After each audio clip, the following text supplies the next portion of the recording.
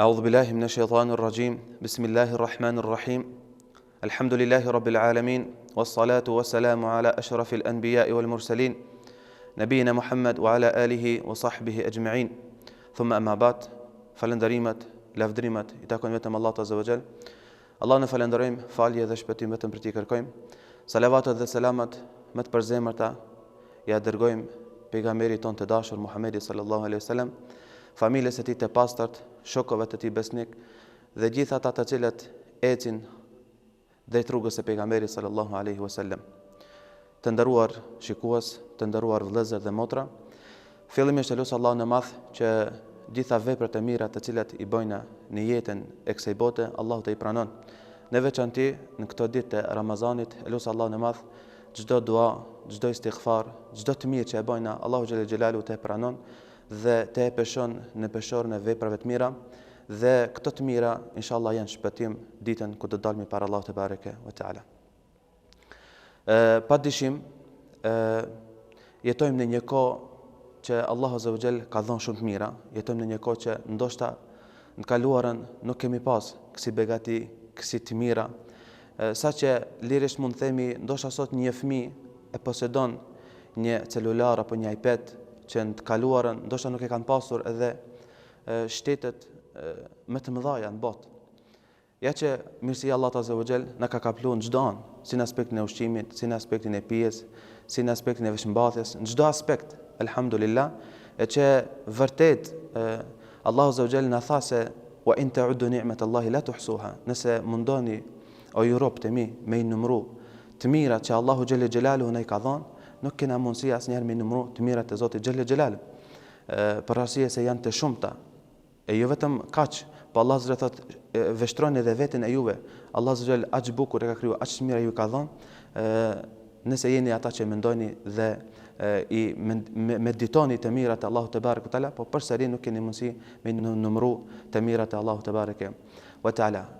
E vërtet kemi shumë të mira, e vërtet kemi shumë begati, shumë mirësi, mirë po ajo çka është e dhimbshme dhe për ta dhur keq është se na është marrë diçka shumë që është më e shtrenjtë. Është aq e shtrenjtë sa që Allahu Azza wa Jall është betuar në të. Bëhet fjalë për kohën. Allahu te bareke ve teala në shumë ajete kuranore është betuar në kohën. Allah thot në Kur'an wal asr, pasha kohën, innal insana lafi khusr, vërtet njeriu është në humbje të sigurt, illa alladhina amanu wa amilu salihat wa tawasaw bil haqq wa tawasaw bis sabr. Njeriu është në humbje të sigurt, ama ka përjashim këtu. Kush është I humbur? Ai që nuk e shfrytëzon kohën, ai që nuk e din vlerën kohës. Kush ka shpëtu? Kush realisht nuk është I humbur? Illa alladhina amanu, ata që kanë besuar Zotin xhelle xhelal, wa amilu salihat, bëjnë vepra të mira, wa tawasaw bil haqq, e urdhërojnë njëri tjetrin për të drejtë, për të vërtetën, wa tawasaw bis sabr, e urdhërojnë njëri tjetrin për në durim. Kjo surja Al-Asr, siç transmetohet se sahabët e kishin kuptuar mirë vlerën e kohës, andaj transmetohet se çdo herë që u takoshin dhe pas takimit të tjerë kur u ndashin, ata ja lexonin njëri tjetrit këtë sure duke ja bërë me dije se koha është shumë e shtrenjtë. Pejgamberi sallallahu alaihi wasallam në hadith të vërtetë që transmeton Abdullah ibn Abbasi, thot pejgamberi alaihi salam, ni'matan maghbunun fihima kathirun min an-nas. Janë di mirësi, di begati, di të mira që shumë njerëz janë neglizhent. As-sihhatu wal faraq. Shëndeti edhe koha e lirë. Pse shëndeti? Wallahi, për ta kuptuar vlerën e shëndetit, sepse I shëndoshi nuk ja din vlerën. Le t'ja hedhmi një veshtrim, le të shkojmë dhe le t'i ecim dyert e spitaleve dhe t'i vetmi të semurit, që thojnë atë çka keni qef ju, çka dëshirojnë. Wallahi, ata nuk do thojnë se na dojnë pasuri, ata nuk do thojnë se na dojnë shtëpi, ata nuk do thojnë se na dojnë luks të kësaj dunjos, po përgjigjja e tyre do të jetë edhe shumë e logjikshme se ata do thojnë, wallahi na dojnë vetëm shëndetin na jep. Mirë po I shëndoshi nuk ja din të semurit. I shëndoshi nuk e din vlerën e shëndetit. Dhe tha pejgamberi se moli faraq, edhe koha e lirë. Koha e lirë që për fat keq jemi duke jetuar me një zaman që po na vjedhet gjëja më e shtrenjtë. Wallahi, çdo gjë mund të zaventësohet, çdo gjë mund të rikthehet, çdo gjë mund të zaventësohet, mirë po ajo që nuk zaventësohet asnjëherë. Janë çastet dhe momentet e jetës tonë që nëse kalojnë nuk kthehen më asnjëherë. Siç ka thënë edhe Hasan al-Basriu rahimahullah, një tabiin I nderuar, thoshte o biri i Ademit, për çdo ditë që lind dielli, thirr një zonë nga qielli, duke thënë o biri Ademit, ana yawmun jadid, unë jam një ditë e re, wa ala amalika shahid, dhe jam vepra jote që kam me dëshmu për ti. Fa idha madaitu fala a'udu ila yawm al-qiyamah. E unë nëse shkoj, nuk kthehena më deri në ditën e Kiametit. Të nderuar shikues, koha është gjëja më e vlefshme që duhet na ta vlerësojmë, sepse thamë e ka vlerësuar Allahu, e ka vlerësuar pejgamberi sallallahu alaihi wasallam. Wallahi, sot është duke na u vjedhur gjëja më e shtrenjtë. Sa të ri dhe të reja i shohim duke kaluar kohën kot në për rrjetet sociale, në për ekranet televizive. Sidomos tash në Ramazan, ka për fat keq për muslimanëve që e presin Ramazanin dhe gëzohen jo pse është muaj i adhurimit, po se ata do të shikojnë seriale dhe do ta kalojnë kohën për subhanallah. Sot e ke shansën, sot është ara jote që ti sot atë çka e mbjell sot, nesër do ta korrosh te Allahu te bareke ve teala. Bëhu për atyre që e shfrytëzojnë kohën, bëhu për atyre që ja dinë vlerën kohës, bëhu për atyre që ja dinë vlerën kohës, sepse nesër këtë kemi pa këtë të mira ku të dalësh para Allahut azza wa jall. Bëhu për atyre që nesër do t'ju thotë kulu washrabu hani'an bima aslaftum fil ayam al khaliya. Bëhu për atyre që nesër Allahu azza wa jall ka më thonë hani edhe pini edhe kënaqni me të mirat që u kanë përgatitur për juve për ditët të cilat i kaluat kur ishi në dunja.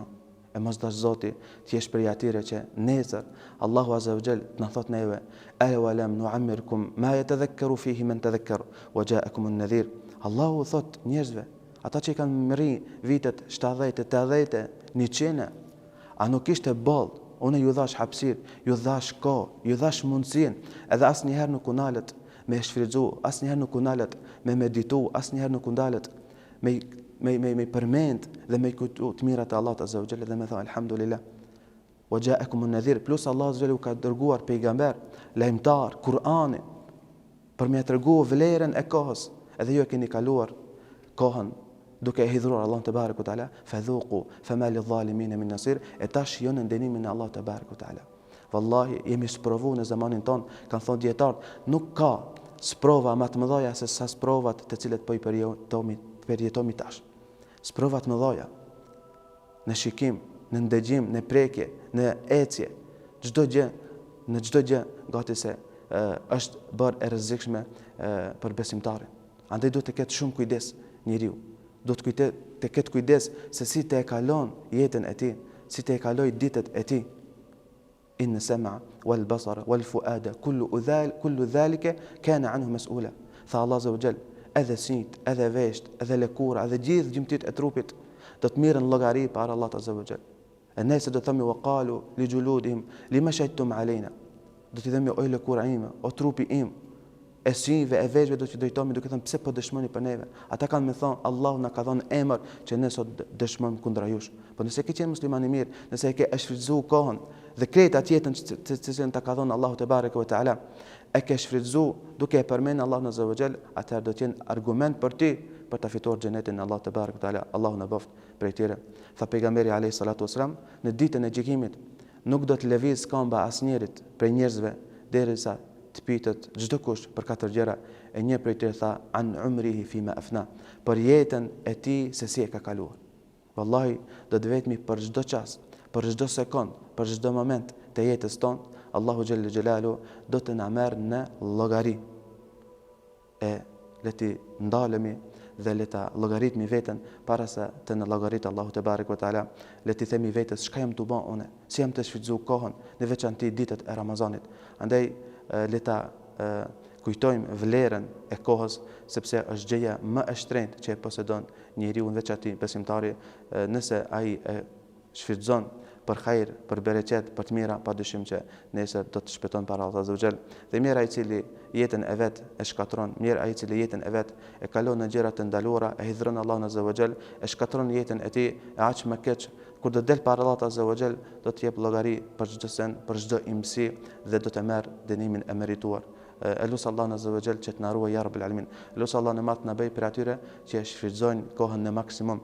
Elus Allahun te barek ve taala të na bëj për atyre që këtë ditë të Ramazanit e shfrytëzojnë maksimalisht duke lexuar Kur'an, duke përmendur Allahun azza wa jall, duke shtu namaz, nafile, duke fal, duke dhënë sadaka, duke nejt në përmezliset e hajrit ku përmendet Allahu te barek ve taala dhe çdo sekond të ditëve të Ramazanit të jenë ato minuta dhe ato sekonda ku ne e përmendmi Allahun te bareke ve taala.